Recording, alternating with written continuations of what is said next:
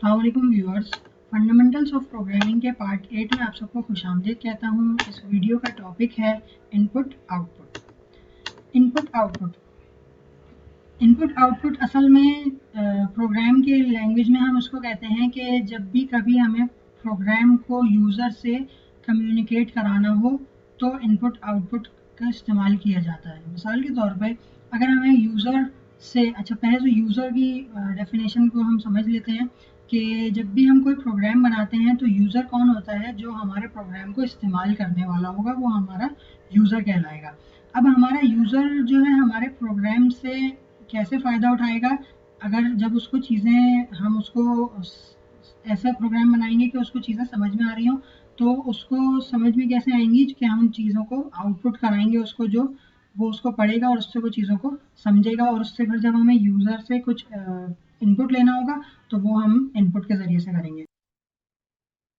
देखें, अभी तक हमने जितना सीखा है ना, वो हमने कुछ इम्पोर्टेंट कॉन्सेप्ट्स भी सीखे। और उन इम्पोर्टेंट कॉन्सेप्ट्स में से जो सबसे इम्पोर्टेंट चीज़ सीखी हमने, वो ये सीखी जो सबसे पहली क्लास से करते हुए आ रहे हैं हम लोग। उसको क्या कहते हैं? Print F. ये प्रिंट एफ के बारे में मैंने जैसे बताया भी था कि ये असल में कोई लाइब्रेरी का फंक्शन है जिस लाइब्रेरी का नाम है stdio, इसलिए हमने यहाँ पे उसको हेडर में इंक्लूड कराया हुआ है। अच्छा, अब ये प्रिंट एफ का क्या काम होता है? प्रिंट एफ का काम होता है हमें कंसोल पे आउटपुट दिखाना। क्योंकि हम लोग कंपाइल जो कोड चल रहा है उसको तो हमें नहीं पता ना कि क्या चल रहा है, सही चल रहा है नहीं चल रहा है। तो उसको हम देखने के लिए कंसोल पे आउटपुट ही करवाते हैं ताकि हमें पता चले कि चीज़ें सही चल रही हैं या नहीं। तो जैसे मैंने बताया था कि इसकी अच्छी प्रैक्टिस ये है कि हम लोग इस प्रिंट एफ से कोड को भर दें। जब शुरू में सीख रहे हैं ना, तो हर लाइन के बाद प्रिंट एफ लगा दें ताकि आपको हर लाइन का समझ में आए। क्योंकि कुछ चीज़ें ऐसी होती हैं जो हम सोच रहे होते हैं, हाँ ये हमें पता है, सही है, ये तो ऐसे ही होगा। और उसको जब आप प्रिंट करके देख रहे होंगे ना, तो आप लोग को पता चलेगा नहीं, ये तो कुछ और हो रहा है। फिर मुझसे पूछ लीजिएगा बेशक, अगर सब समझ नहीं आए तो अभी अभी तक हमने सीखा कि हम आउटपुट पे कुछ डेटा दे कैसे सकते हैं ना। जो भी कोड अभी तक हमने क्या किया, कोड में जो भी चल रहा है बस वो हम देख सकते हैं। हम उसको कुछ एडिटिंग नहीं कर सकते, मतलब ऐसा कभी नहीं कर सकते हम।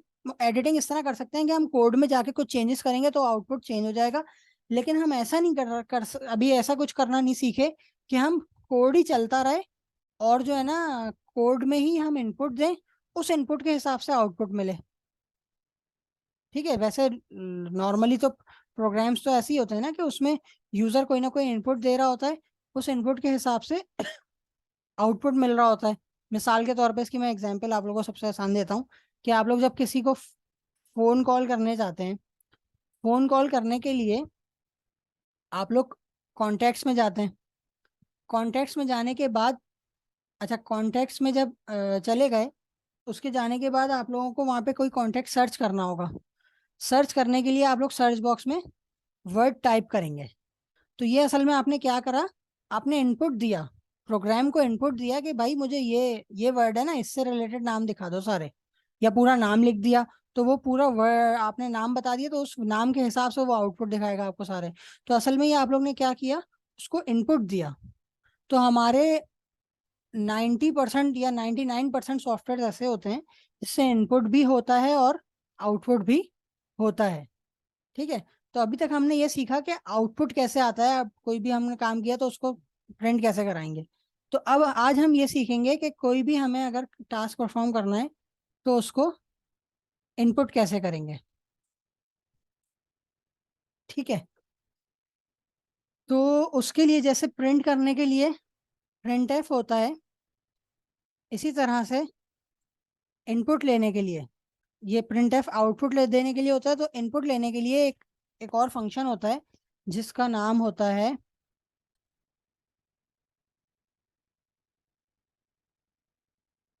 Scan F. ठीक है, अच्छा, जैसे मैं कभी कुछ लिखता हूं ना, तो ये नीचे देखिए कुछ लिखा हुआ आ गया खुद ही, public int scanf constant character asterisk underscore underscore restrict underscore space underscore format, फिर उसके आगे कॉमा भी डला हुआ है, फिर डॉट डॉट डॉट। ये चीज कहलाती है इंटेलिसेंस। ठीक है, ये मतलब क्या बता रही है आपको कि आपने जो फंक्शन बनाया है ना, ये फंक्शन है और इस फंक्शन में ये चीजें आएंगी। तो अब ये जैसे बता रहा है वो हमें, मतलब हमें आसानी हो जाए ताकि हमें कोई परेशानी ना हो, इसलिए बता रहा होता है। तो अभी इस कंपाइलर पे तो आप लोग मोस्ट प्रोबेबली इस पे इतना नहीं आप लोग के काम आएगा, इंटेलिजेंस थोड़ा बहुत काम आ भी सकता है, लेकिन इसके बाद इंशाल्लाह इसके नेक्स्ट हम लोग जब इससे अगले अगले कोर्स पे जाएंगे, ये प्रोग्रामिंग फंडामेंटल से आगे किसी और लैंग्वेज पे जाएंगे, तो वहाँ पे इंटेलिजेंस हमें बहुत काम आता है, वो वहाँ पे हम इसको समझेंगे कि कैसे काम आएगा। अच्छा, तो जैसे ये बता भी रहा है कि सबसे पहले स्कैनएफ में जो है ना, अब प्रिंट एफ में हम क्या करते थे, प्रिंट एफ में नॉर्मली तो हमने जो प्रिंट करना है वो डबल इन्वर्टेड कॉमा में रख देते थे, ठीक है। और अगर हमें वेरिएबल की वैल्यू भी प्रिंट करनी होती थी तो हम क्या करते थे, डबल इन्वर्टेड कॉमा में उस सिनेरियो में %d लिखते थे, और उसके बाद हम कॉमे के बाद आखिर में उस वेरिएबल को लिख देते थे जिसकी वैल्यू हमें प्रिंट करवानी है। तो इस तरह से वैल्यू प्रिंट होती थी। और अगर इस तरह ना करें, डायरेक्ट सी लिख दें यहाँ पे हम, तो डायरेक्ट सी प्रिंट हो जाएगा, वैल्यू प्रिंट नहीं होगी। हमें अगर वैल्यू प्रिंट करवानी है तो हमें फॉर्मेट स्पेसिफायर, ये उस दिन कीवर्ड नहीं यूज किया था मैंने, लेकिन आज मैं इसको यूज कर रहा हूँ। हम लोग यहाँ पे प्रिंट एफ के डबल इन्वर्ट कॉमा के अंदर फॉर्मेट स्पेसिफायर बताते हैं कि आप जिसकी वैल्यू प्रिंट करना चाह रहे हैं उसका क्या फॉर्मेट है। तो उसके फॉर्मेट का स्पेसिफायर आपने जब यहाँ लिख दिया तो उसका वेरिएबल आप बाहर लिख दें, डबल इन्वर्ट कॉमा के बाहर, कॉमा के बाद, तो खुद ब खुद इस वेरिएबल की वैल्यू प्रिंट हो जाएगी सी इज इक्वल्स टू के बाद, जहां आपने %d लिखा है वहां, ठीक है। तो ये प्रिंट एफ प्रिंट करने का तरीका था। स्कैन एफ का भी एक खास सिंटेक्स है। मैंने जैसा कि आप लोग को शुरू में ही बताया था कि आप लोग जितना भी कोड सीखेंगे वो सब कोई ना कोई एक सिंटेक्स पे होगा, ठीक है। तो स्कैन एफ का भी कोई ना कोई सिंटेक्स है, तो उस सिंटेक्स को हमें याद रखना होगा, बस समझ के याद करना है, ताकि हम बस उसको ही हमेशा यूज कर रहे होंगे इसलिए हमें याद करना होगा, ठीक है। तो स्कैनएफ का जो सिंटेक्स है वो है, पहला सिर्फ फॉर्मेट स्पेसिफायर। प्रिंट एफ में हमें जो लिखना होता था हम वो भी लिखते थे, और उसके साथ जिसकी वैल्यू प्रिंट करनी होती थी उसका फॉर्मेट स्पेसिफायर लिखते थे, ठीक है। लेकिन स्कैनएफ में कुछ भी नहीं आएगा, सिर्फ और सिर्फ फॉर्मेट स्पेसिफायर आएगा। अब मान लेते हैं हमें एक इंटीजर टाइप में चाहिए ना, तो इंटीजर टाइप के लिए फॉर्मेट स्पेसिफायर क्या होता है, %d। अगर फ्लोट होती तो %f, कैरेक्टर होता तो %c। अभी इंट की बात हो रही है तो यहाँ पे फॉर्मेट स्पेसिफायर क्या आएगा, %d, ठीक है। सिर्फ फॉर्मेट स्पेसिफायर आएगा डबल इन्वर्ट कॉमा के अंदर, ये स्कैनएफ का सिंटेक्स है। उसके बाद कॉमा भी आता है, ब्रैकेट के अंदर ही कॉमा भी आएगा। कॉमे के बाद वो वाला वेरिएबल आएगा जिसमें आपकी जिसमें वैल्यू चाहिए।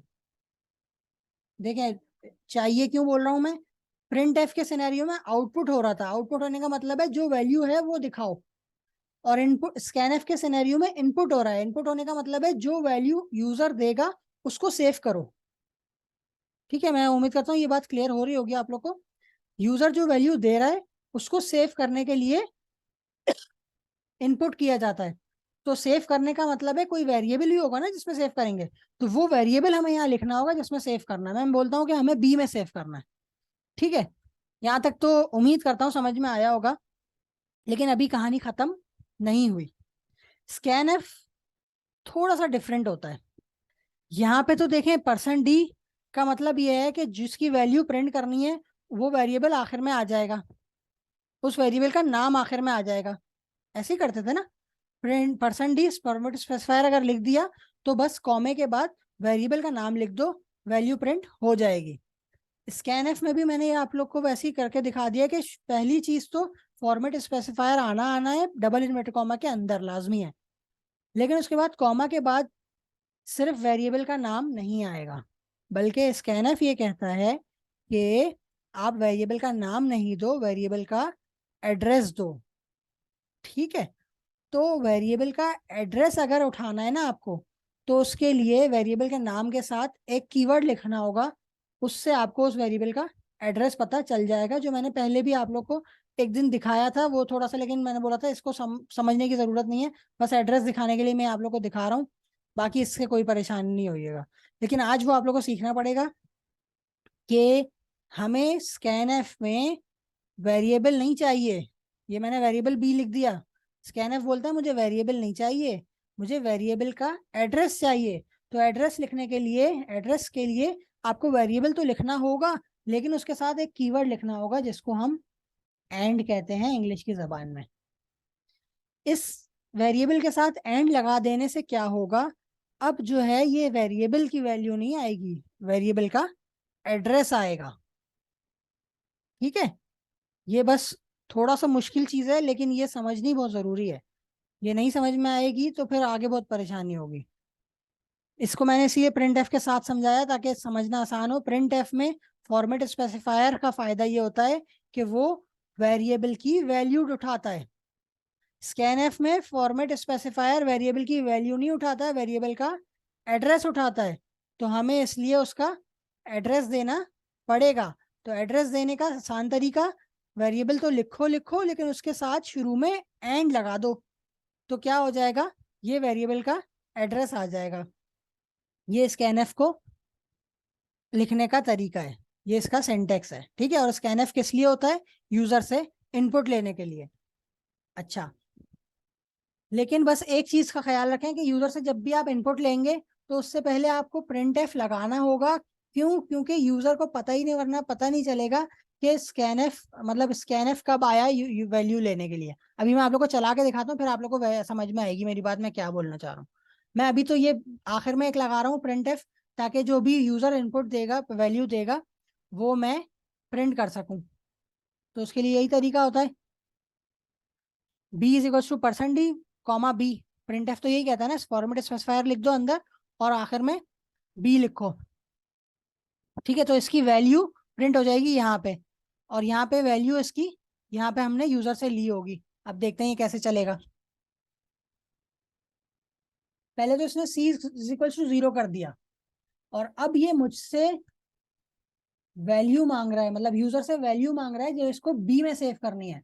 लेकिन आप लोगों को कोड में देख के कुछ समझ में नहीं आ रहा ना, तो इसलिए इसकी अच्छी प्रैक्टिस क्या होती है वो अभी हम सीखेंगे।